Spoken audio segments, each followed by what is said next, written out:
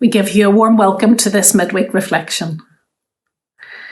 Well, this is my first experience of sharing thoughts with you by way of reflection, other than for a moment or two within a church service. And Andrew has asked for 5 to 8 minutes, so we'll do our best. Well, thankfully, I have had time to think and ponder as the lockdown situation has put us all in forced conditions that we would otherwise rarely find ourselves in. Normally, I would be out working Monday to Friday, and then, of course, maybe shopping on Saturday, church on Sunday, maybe a walk in the evening on a Sunday evening. I have now been working from home for more than 11 weeks, and have found it to be much more difficult than working in college. Without my colleagues to work with and students to teach face-to-face, human contact with other people outside my family has been non-existent. The same will be true for many of you, but maybe in different ways. In this time of lockdown, I have looked afresh at many things. Who can forget those early shopping issues where normal things were not available? I'm still trying to find yeast, so if anyone knows where I can buy it, please let me know. I need to get 2, one for me and one for Beth. And then there are the continued queues, where in this pleasant weather, we're okay, but when the rain begins and the wind, things may change a little. What I have given consideration to is probably what many of you have also been thinking about. What is important or precious, but more especially what we treasure. I have tried to think about what I treasured before all of this happened. Maybe it was something I deemed as valuable, but then how do you measure something's value? What about yourselves? Was it wealth, as some of us like to save up for things that we would like to buy, which there's nothing wrong with? Maybe you would have liked to have been more popular. Is it a property that you're very keen on? Do you treasure your position at work? Maybe you would like a promotion. Maybe you would like to be a leader. Well, in the Bible, in Matthew, you will be familiar with the Sermon on the Mount in chapters 4, 5, and 6. We can see in these chapters that Jesus is explaining what is expected of us from different angles. It would be like the golden rules that we talk to the children about, things that we need to abide by in our daily lives.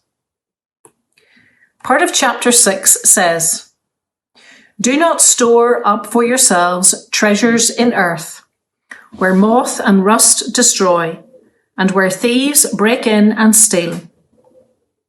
But store up for yourselves treasures in heaven, where moths and rust do not destroy, and where thieves do not break in and steal. For where your treasure is, there your heart will be also." Do you think that this time in lockdown has helped you reevaluate the importance of various aspects of your life? It has for me. There are so many things that I treasure. Some are memories that I have from my childhood, caravanning at Newcastle with my aunts and my cousins, beach holidays with mum and dad and my sister, to more recent things like Jonathan coming into my life, dear friends who stood by me when life was the worst ever, and of course the day I got married to William. We all have stuff and possessions which are also to be treasured. I have one in my recipe book, a feather that Jonathan found while he was on a scout trip. It's from a jaybird, and I really treasure that. In the Sermon on the Mount, one of the things that Jesus asks us to do is to change our attitudes. But what does this really mean? Well, if we think about the things that we have treasured before this coronavirus situation began, or indeed any kind of traumatic situation you may have faced in your life, we are told that much is temporary in our lives. Much of what we experience is just passing through. Passing thoughts, passing people, passing moments. Here we are being asked to think about the eternal, as the eternal treasures will not fade away. Eternal treasures are permanent. Charles Spurgeon said, "You must keep all earthly treasure out of your heart and let Christ be your treasure, and let him have your heart." If Christ is in our hearts, we look at things differently. And as I said, we've all been doing that. We have been moved to show our gratitude more, display kindness, and indeed more patience. Is that Christ in your heart? We have clapped for the NHS and for the care workers. Is that Christ in our hearts? We have watched and been moved as Captain and now Colonel Tom did 100 laps of his garden. Is that the compassion of Christ? We are so fortunate in St. Patrick's because we belong to one big, loving family, a kind of extension of our own family group. It is a place where we love God, love each other, and serve the world. But how do we move forward from here? Will Christ remain in our hearts? Will we continue to treasure his presence as we show compassion and kindness? Or will it diminish when our lives return to the busyness that we experienced before? Well, I hope it doesn't for me. I still want to have the conversations in the kitchen with my son that we have both been too busy for. I want to stand in the garden with William and thank God for what he has given us. I want to look at the beautiful sunsets and give thanks for the rain that comes that saves us watering the garden. I treasure our health. I treasure dear, dear friends, and I treasure family, especially when we can't get close to them and give them a hug. It's really so hard. I read this quote quite recently, and apologies because I don't know who the owner is to give them credit.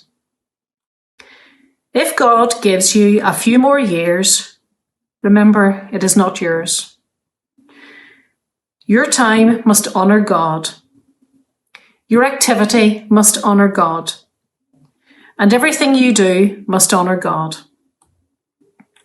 When I read that, I thought, oh my goodness. When you think about things from that perspective, what am I actually doing for God? Within my place of work, there recently was a volunteer day, and you were expected to volunteer and take photos and videos and send them in. It didn't sit easy with me.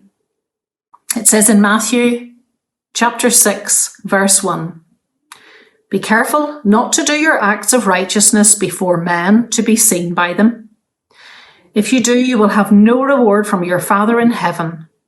And then it continues in verse 3, "But when you give to the needy, do not let your left hand know what your right hand is doing, so that your giving may be in secret. Then your Father who sees what you have done in secret will reward you." Folks, not all treasure is silver and gold, and much more can be gained from our giving. Amelia Earhart said, "A single act of kindness throws out roots in all directions, and the roots spring up and make new trees." Perhaps this is the opportunity for us to throw out roots. What direction will yours take? Amen.